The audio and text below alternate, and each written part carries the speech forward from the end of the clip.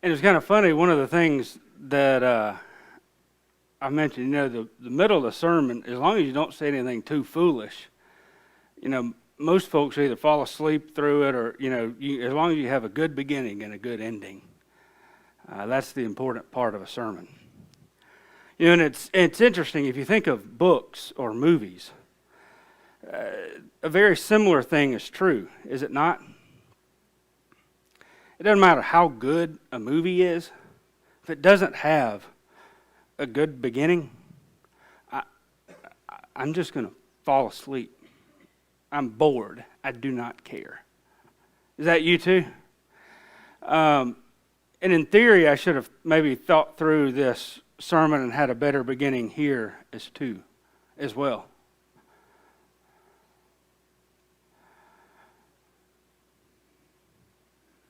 The story of God's interaction with humanity, we often think of it as history. And indeed, we see history in Scripture. We also see something that I find to be a little more important. And that's God's story, or for lack of a better term, His story. Because history tells us things about the past, right? But the meaning in history is not found in just regurgitating events. I was always bad at school. I was bad at school, period, but particularly a thing like history where you're supposed to know specific dates. I could give you the basic ideas and themes and the order and its impact, but actually giving you the real sheer numbers of dates and when this happened and all that, I never was particularly good at that. But understanding the themes, it's important to start well.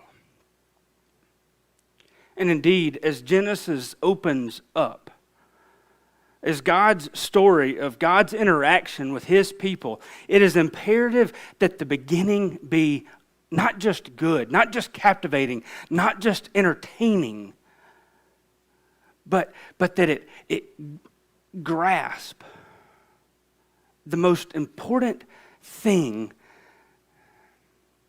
that we can see. And indeed, God, outside of history, outside of time, outside of the existence of lightness and darkness. It seems like you have to have either light or dark. I'm not sure how all that, I can't wrap my mind around it. But in the beginning, God created the heavens and the earth. And it was good. And then God said, you know what, let's create humanity in our image. We'll create him male and female in our image, and they are to fill the earth. And we're not, most English translations say subdue. We're not real sure what that means because it's not used a whole lot. But to subdue the earth, to take care of the earth. We could say to rule over the earth. But if we think of how God rules over the earth as well, we begin to get a better picture of how we are to do that. But before we can even make much of a start, what happens? Now the serpent was more crafty than all the rest. And we can blame it on Eve all we want to. We can blame it on Adam all we want to. We can blame it on the serpent. We can blame it on the devil. We can blame it on anyone we want to. But the reality of what God says in Genesis, the very, very beginning, is God made everything good. And when God created humanity, behold, He looked back and with the addition of humanity, not only was it good, but it was very good. And then we got smart. And yes, I'm using smart ironically there. And we said, we don't have to listen to God.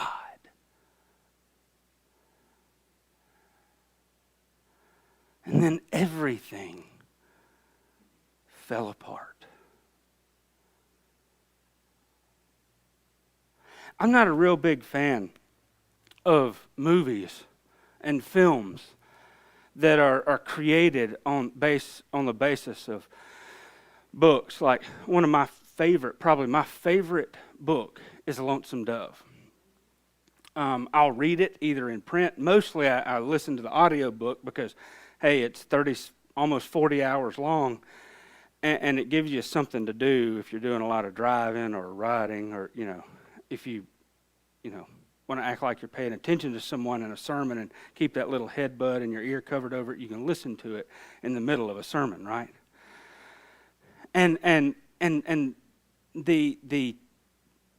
But that little 4-part miniseries that CBS did that was a real big hit, that just destroyed the book for me.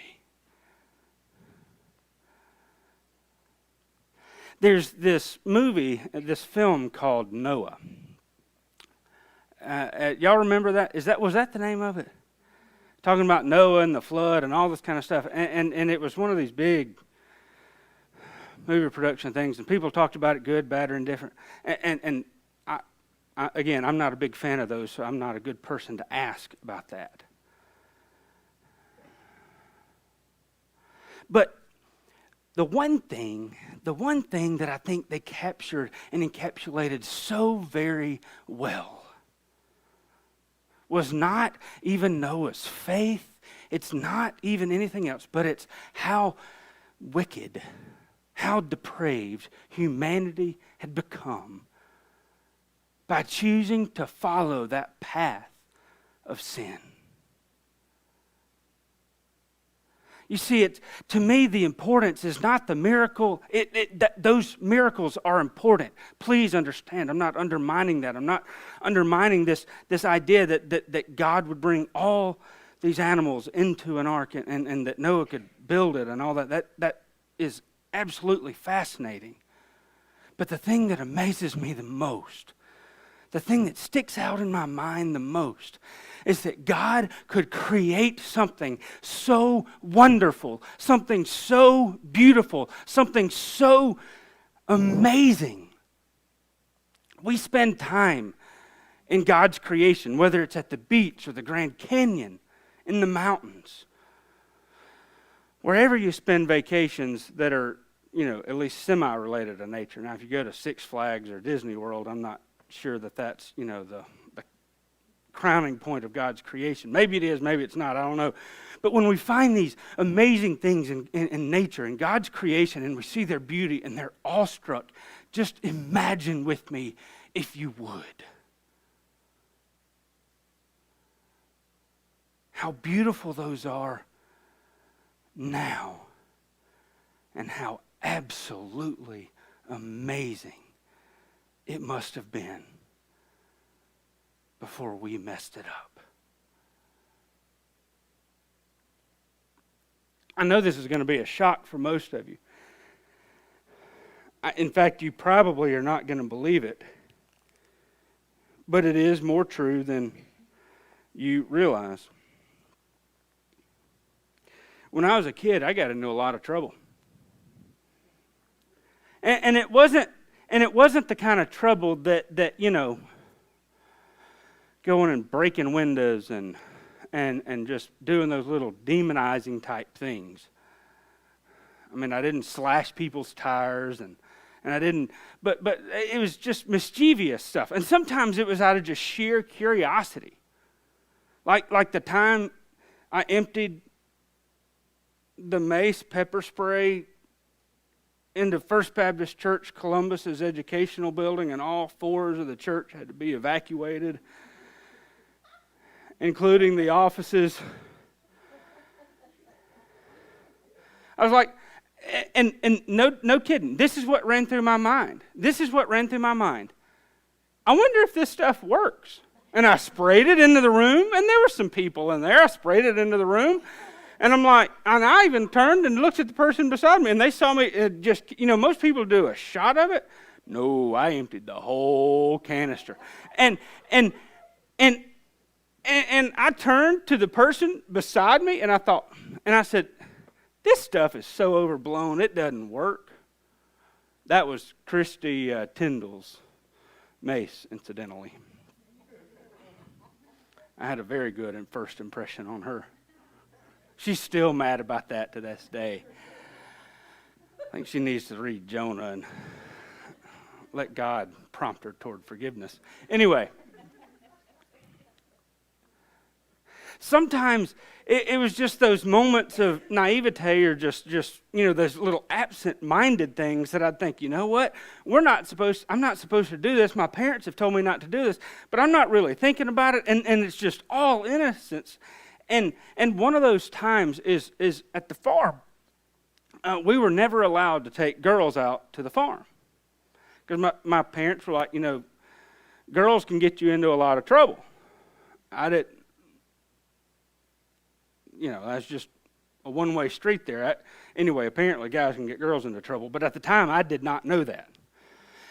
And so one night I'd left something at the farm.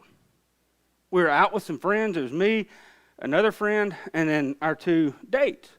We went out there to get the stuff that I left, and then we left. There was no parking. The vehicle was parked, but I wasn't even in it. There was no parking a vehicle. There was no kissing. There was no making out. There was absolutely nothing going on.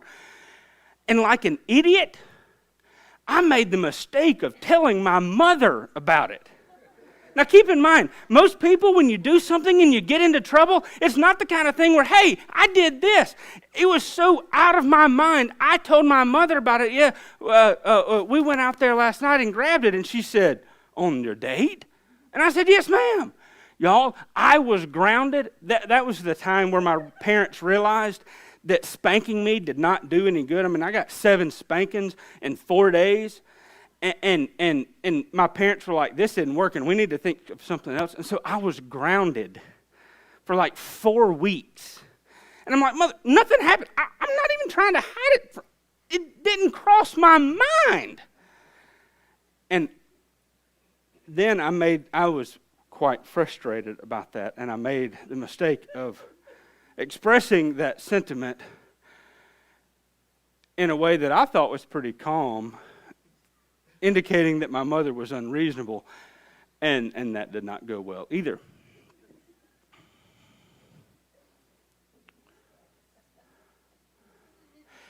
And then there were those times where I'd get into trouble, and I was trying to help. I was trying to contribute. I was trying to do something that it was like, you know what? I see what they're doing, and I can help.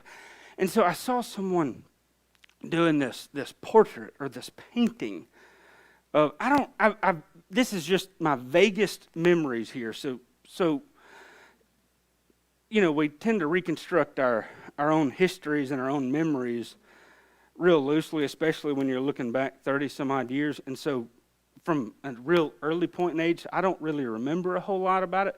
But the best I can remember is someone was being paid to paint a portrait of a married couple.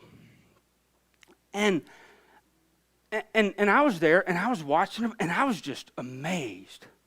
I was fascinated. I mean, this had been going on. Apparently, they've been doing it a couple days. I mean, this was like several $1,000s this married couple was spending to do this. I just realized this. So I think this was like for somebody's 50th wedding anniversary or something, and, they were kind of painting, comparing now and then. Anyway, I don't remember exactly what was going on. And so I just happened to see that the guy that was doing the painting had not accurately portrayed the ears of the two people. And so I added a little bit, and I'm like, that's not quite long enough. And so I made them a bit longer, and the next thing I know, the ears were down like past their armpits. And I'm like, that's a little bit more. So I tried to erase it. I tried to kind of undo what I did. And in the process, I made it worse. I'm like, but that's okay. That's a little more accurate, right? Because after all, we are going for accuracy here. A true and honest portrayal of what people really look like. And then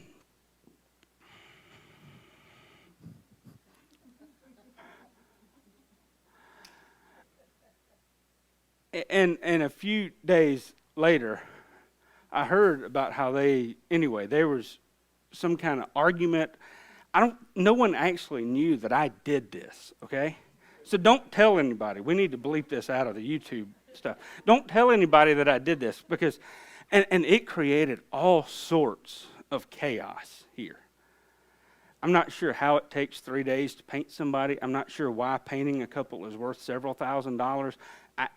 That just boggles my mind. I'm not sure why anyone would want to care. A picture is a lot faster and cheaper, you know? But whatever.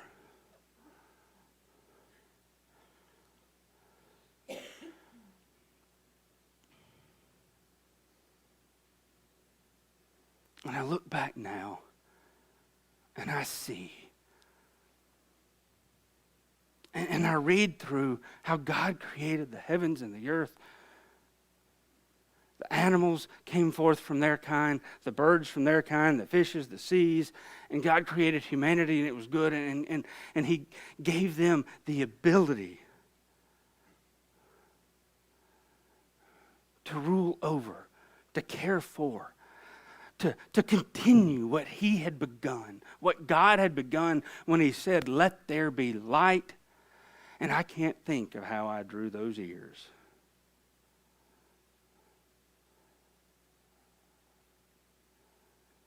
And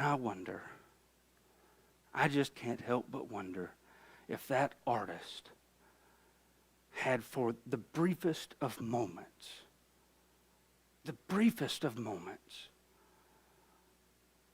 a better understanding of how God must feel, think, react every day since He said, "Let there be light."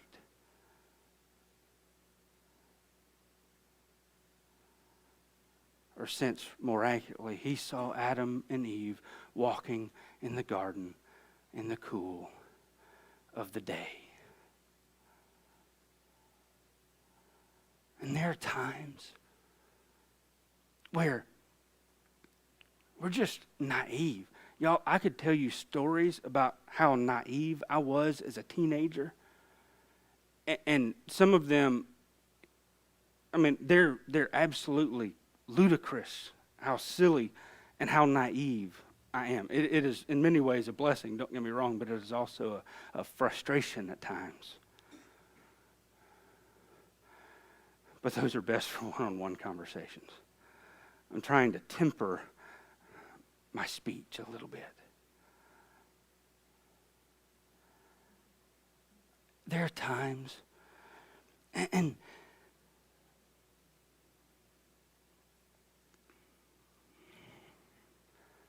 we get the flood. And the thing that amazed me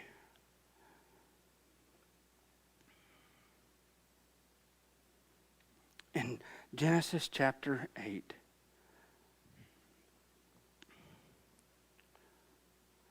verse 15, after they had come out of the ark, or when they're going out of the ark, then God spoke to Noah, saying, "Go out of the ark, you and your wife and your sons wives with you.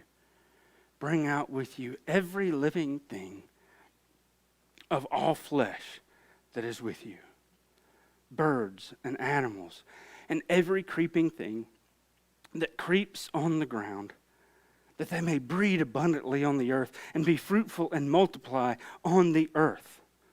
So Noah went out, and his sons and his sons' wives with him. And every beast, every creeping thing, every bird, everything that moves on the earth went out by their families from the ark. And then Noah built an altar to the Lord, and took every clean animal and every clean bird, and offered burnt offerings on the altar. The Lord smelled the smoothing aroma, and the Lord said to himself, I will never again curse the ground on account of man. The intent of man's heart is evil from youth, but I will never again destroy every living thing as I have done. While the earth remains, seed time and harvest, and cold and heat, summer and winter, day and night shall not cease.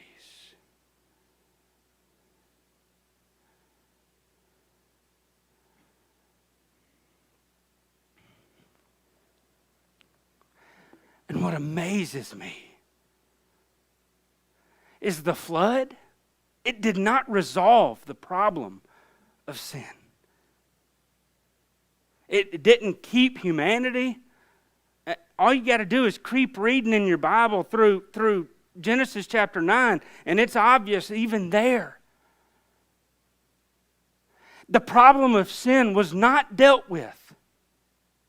It was punished, but it was not resolved. It wasn't dealt with. There's still sin that reigns in the world even today, right here, right now.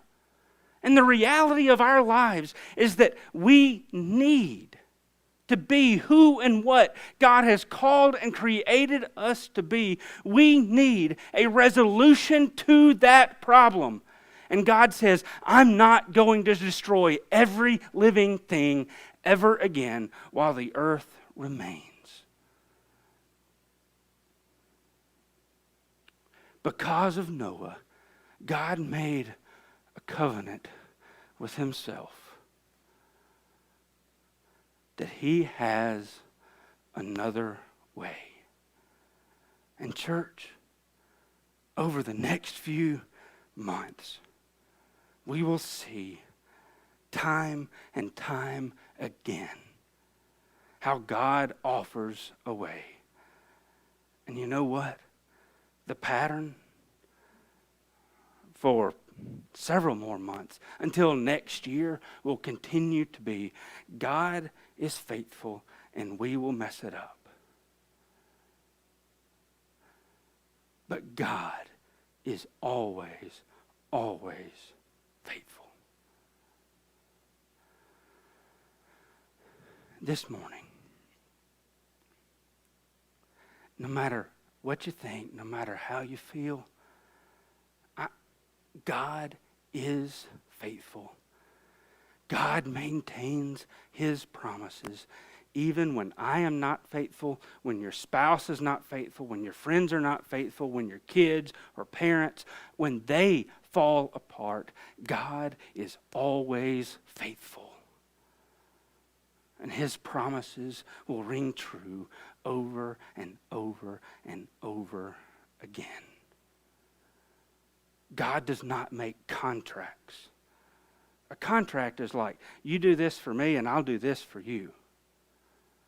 And as long as you do this for me and I do this for you, everything's great. But you know what? If you don't do what you told me you would do, I don't have to do what I would do. A covenant is this. Whether you're faithful or not, whether you live up to your side of the bargain or not, intentionally